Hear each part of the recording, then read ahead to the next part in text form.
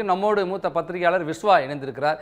விஸ்வா, 3 அமைச்சர்களுக்கு மட்டும்தான் முட்டுகிறதா நெருக்கடி, இல்லை 3 அமைச்சர்களுக்கு முற்றுகை என்று அதீத விமர்சனமாக முன்வைக்கப்படுகிறதா? வணக்கம்.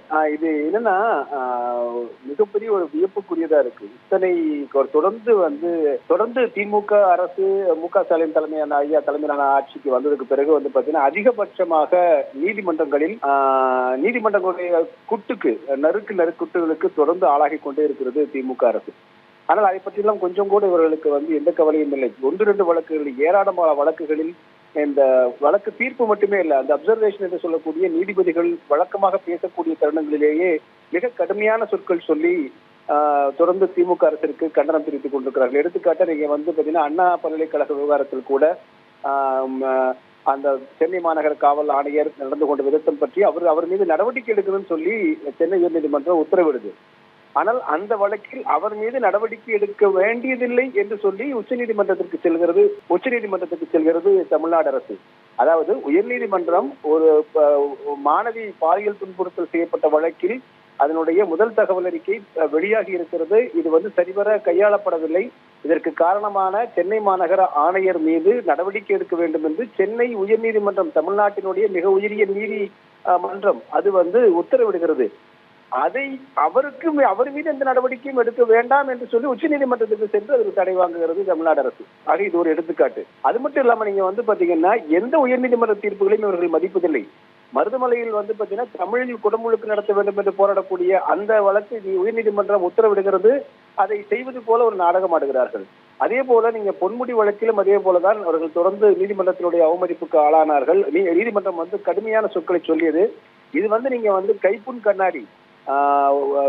முதலாக கனிமொழி அவர்களே இது பேசியது தவறு என்று அவருடைய கட்சியை சார்ந்த ஒரு பெண் எம்பியே சொல்லிட்டாங்க. ஆனாலும் கூட காவல்துறை இவர் எந்த விதமான முதல் தகவல் அறிக்கையும் வழக்கும் பதிவு செய்யாமல் காத்திருக்கிறது அப்படிங்கிறது அதை விட ஒரு அவலம். அடுத்து செந்தில் பாலாஜி விவகாரம் நமக்கு தெரியும். தொடக்கத்திலிருந்து எத்தனை குற்றச்சாட்டுகளுக்கு அவர் ஆளாகிட்டு இருக்காரு. ஒரு இலாக்கா இல்லாத, ஒரு துறை இல்லாத அமைச்சராக ஆண்டு கணக்கில் சிறையில் வைத்துக் கொண்டு அவருக்கு அமைச்சர் பொறுப்பை வைத்துக் கொண்டு இதெல்லாம் நீங்க பாத்தீங்கன்னா வாக்களிக்கக்கூடிய மக்களை இவர்கள் என்ன நினைக்கிறாங்கன்னே தெரியல. வாக்களிக்கக்கூடிய மக்கள் இத்தனை பேர் வாக்களிச்சு சரி இவர்கள் நல்லாட்சி கொடுப்பாங்க அப்படின்னு சொல்லிதான் அனுப்புறாங்க. ஆனால் இவர்கள் அது எல்லாமே அட்வான்டேஜா எடுத்துக்கிட்டு இருக்காங்க அப்படிங்கிறது இந்த தொடர்ந்து இவர்கள் நீதிமன்றங்களையும் மதிப்பதில்லை, மக்கள் மன்றங்களையும் மதிப்பதில்லை, தேர்தல் ஆணையத்தை மதிப்பதில்லை அப்படிங்கிற போக்கில் தான் இவருடைய செயல்பாடுகள் இருக்கின்றன. ஏன்னா இதெல்லாம் என்னன்னா நம்ம இதெல்லாம் கொடுமை என்னன்னா, நாம் தூங்கி எழும்போது இன்னைக்கு என்ன பிரச்சனை இருக்குமோ என்று முதலமைச்சரே அவர் ஒரு ஏக்கத்தோடும் ஒரு மன வருத்தத்தோடும் சொல்வதை பார்க்கும்போது இன்னும் பரிதாபமாகத்தான் இருக்கிறது இந்த அரசாங்கத்தை பார்த்து. மீண்டும் கூட உயர் அமைச்சர்கள் எல்லாம் பொறுப்போடு பேச வேண்டும் என்கிறார். தொடர்ந்து அவர் எச்சரித்துக் கொண்டிருக்கிறார். ஆனால் முதலமைச்சர் மு.க. ஸ்டாலின் ஐயா அவர்களுடைய இந்த இயக்கத்தையும் அவருக்கு இருக்கக்கூடிய இடர்பாடுகள் எல்லாம் கொஞ்சம் கூட இந்த அமைச்சர்களும் அதிகாரிகளும் கண்டுகொள்வதில்லை. அவர்களுக்கு நாங்கள் அப்படித்தான் நடப்போம் என்பதாக இருக்கிறார்கள் என்பதைத்தான் தோன்றுகிறது. ஒரு கட்டுப்பாடு இல்லாத ஒரு நிர்வாகத்திற்கு தான் இதெல்லாம் எடுத்துக்காட்டாக இருக்கிறது. நன்றி விஸ்வா, உங்களுடைய கருத்துக்களை பகிர்ந்து கொண்டமைக்கு. நம்மோடு பத்திரிகையாளர் நாச்சி செல்வராஜ் இருந்திருக்கிறார். சார் வணக்கம். இந்த அமைச்சர்கள் மீதான நீதிமன்ற வழக்குகள் வேகம் பிடிப்பது அவர்களுக்கு நெருக்கடி முற்றுவதை காட்டுகிறதா, இல்லை சட்ட ரீதியான ஒரு வழிமுறை தானா? ஒரு வகையில பார்த்தா நெருக்கடி முற்றுகிறது தானே சொல்லணும். ஏன்னு கேட்டீங்கன்னா செந்தில் பாலாஜியை வழக்கு பொறுத்த வரைக்கும் இப்ப உச்சநீதிமன்றத்துல அவருக்கு ஜாமீன் கிடைத்த உடனே அவர் சார்ந்த இயக்கத்தை சேர்ந்த வழக்கறிஞர்கள் ஒரு பேட்டி அளித்தாங்க. அது என்னன்னா, வெளியே வந்த உடனே அவருக்கு அந்த ஆர்டர் காப்பி ஃபுல்லா படிச்சு பார்த்தோம். அதுல எந்த இடத்துலயுமே ஜாமீனுக்கும் இவர் அமைச்சரா தொடர்பதற்கு எந்த சம்பந்தம் இல்லை, அதை பத்தி எங்கேயுமே குறிப்பிடல அப்படின்னு சொல்லியிருந்தாங்க. அதன் அடிப்படையில உடனடியாக அவருக்கு மீண்டும் அமைச்சர் பதவி ஏற்க போறாரு அப்படின்ட்டு அதுல தெளிவா சொல்றாங்க. அதன் அடிப்படையில் பாத்தீங்கன்னா அடுத்த ஓரிரு நாட்களே அவர் அமைச்சராகிறாரு. அப்போ அமைச்சராக தொடரும் போது அப்போ இங்க என்ன ஆல்ரெடியா வழக்கறிஞரும் சரி, இந்த வழக்கு சரி, நீதிமன்றங்களும் சரி, இது பெருசா அதிர்ச்சியா தான் பார்த்தாங்க. ஆனா அது வெளிப்படுத்தல. ஆனா அதே சமயத்துல இது தொடர்பா மீண்டும் வழக்கு தொடரப்பட்டது. இவர் தொடர்ந்து மந்திரியா இருக்கிறாரு, அதே அமைச்சரா இருக்கிறாரு. இதனால அதாவது சாட்சியங்களை கலைக்கப்படலாம் அப்படிங்கிற இது வழக்குல தொடர்பா சாட்சியங்கள் அதாவது சாட்சியங்களும் இல்லாம இவர் காலி பண்ணிடுவாரு அப்படிங்கறத அது ஒரு சாராம்சம். ஏன்னா மீண்டும் அமைச்சராகிறதுல வந்து அதுல இதுக்கு இந்த அளவுக்கு வாய்ப்பு இருக்கு அப்படிங்கிறத அதுல சொல்லப்படுது. அதன் அடிப்படையில பாத்தீங்கன்னா மீண்டும் வந்து வழக்கு தொடர்ற போது அந்த அமர்வுல வந்து சொல்றாங்க, அதாவது உங்களுக்கு வந்து 28ஆம் தேதிக்கு டைம், நீங்க ஏற்கனவே இந்த தீர்ப்பை பார்த்துருப்பீங்கன்னு நினைக்கிறேன். அதன் அடிப்படையில இவருக்கு வந்து 28ஆம் தேதி டைம் கொடுத்துக்கிறாங்க. நீங்க அமைச்சரா தொடரணுமா இல்ல உங்களுக்கு ஜாமீன் வேணுமா, ரெண்டுல ஏதோ நீங்களே முடிவு பண்ணுங்க அப்படின்ட்டு அவருக்கு ஒரு நெருக்கடி கொடுத்துக்கிறாங்க. அவர் என்ன முடிவெடுக்க போறாருங்கிறது பொறுத்திருந்து தான் பார்க்கணும். அந்த வழக்கை பொறுத்த வரைக்கும் அப்படி. இரண்டாவதாக அமைச்சர் வனத்துறை அமைச்சர் பொன்முடி அவரு மத சம்பந்தமாக சமண மதம் வைணவ மதம் பொறுத்த வரைக்கும் அது பெண்களோட குறிப்பிட்டு சில விமர்சனங்களை வச்சிருந்தாரு.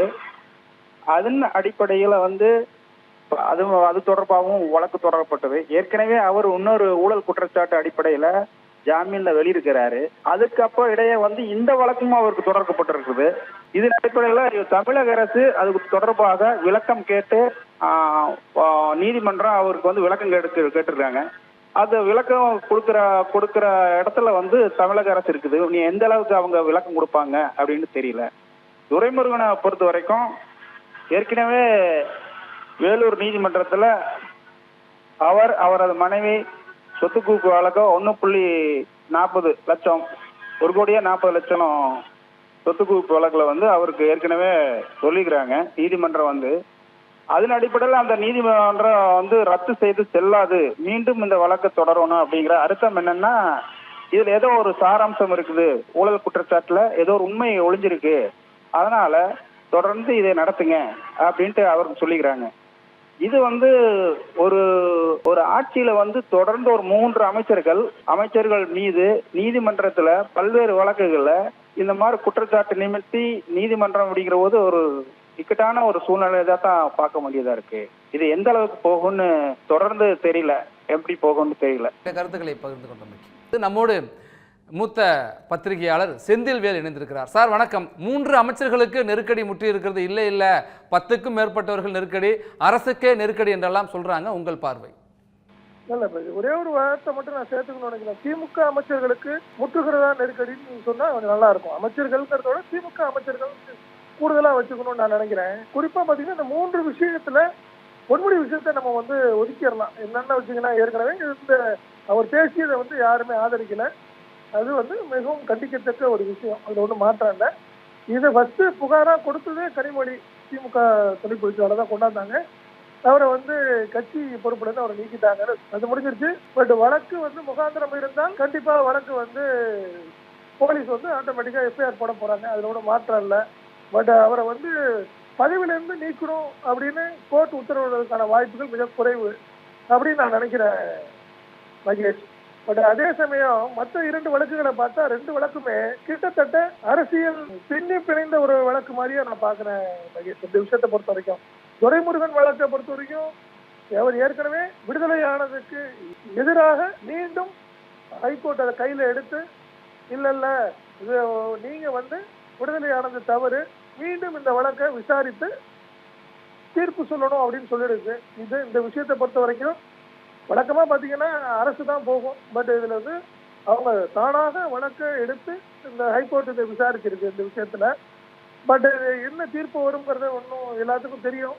ஆட்டோமேட்டிக்கா எது தண்டனையோ அவங்களுக்கு தேவைப்பட்டா ஆட்டோமேட்டிக்கா தண்டனை கிடைக்கும், அதுல ஒன்றும் மாற்றம் இல்லை. நான் இந்த 3வது வழக்க செந்தில் பாலாஜி வழக்கை தான் நான் பாக்குறேன். இந்தியாவிலேயே இப்படி ஒரு வித்தியாசமான வழக்கு இது வரைக்கும் நடந்ததில்லை. ஏன்னா பல அமைச்சர்கள் கைது செய்யப்பட்டார்கள், பல முதலமைச்சர்கள்லாம் கைது செய்யப்பட்டிருக்கிறார்கள், தண்டனை அவங்களுக்கு அறிவிக்கப்பட்டுச்சு. அவங்க போவாங்க, நீங்க ஜெயிலுக்கு போயிட்டு வெளியே வந்து ஆட்டோமேட்டிக்கா 1 வாரத்திலயோ 10 நாள்லயோ அவங்க முதலமைச்சர் ஆகியிருக்கிறாங்க, அமைச்சர்களா ஆகியிருக்கிறாங்க. இது இங்க இல்லை, இங்க தமிழ்நாட்டில் நடந்திருக்கு. இதே மாதிரி பாத்தீங்கன்னா கர்நாடகாவில் நடந்திருக்கு, இப்ப ஜார்க்கண்ட்ல நடந்திருக்கு, நீங்க இதுலயும் நடந்திருக்கு, டெல்லியிலையும் நடந்திருக்கு. புரியுதுங்களா?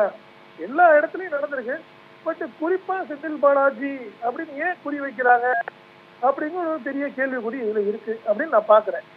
கோர்ட்டு நடைமுறைகள்ல நம்ம எந்த டிஸ்டர்பும் இல்லை, நம்ம அதை விமர்சனம் பண்ணல. ஆனால் இது வரை இந்த மாதிரி இருந்ததில்லை. காரணம் என்னன்னா, நீங்க முதலமைச்சராக இருந்திருக்கிறாங்க, வழக்கு நடந்திருக்கு, அவங்களுக்கு தண்டனையும் விடுதலையும் ஆயிருக்கிறாங்க. ஆனால் அவர் முதலமைச்சராக இருக்கும் போது சாட்சிகளை கழித்து விடுவார், அதனால் முதலமைச்சர் இருந்து ஒரு பதவி நீக்க வேண்டும் அப்படின்னு எந்த கோர்ட்டும் இதுவரைக்கும் சொன்னதில்லை. இது உச்சநீதிமன்றம் இது முதல் முறையா கேட்டிருக்கு சார். இந்த வழக்குல இன்னொரு விஷயத்தை கேட்டிருக்காங்க சார்.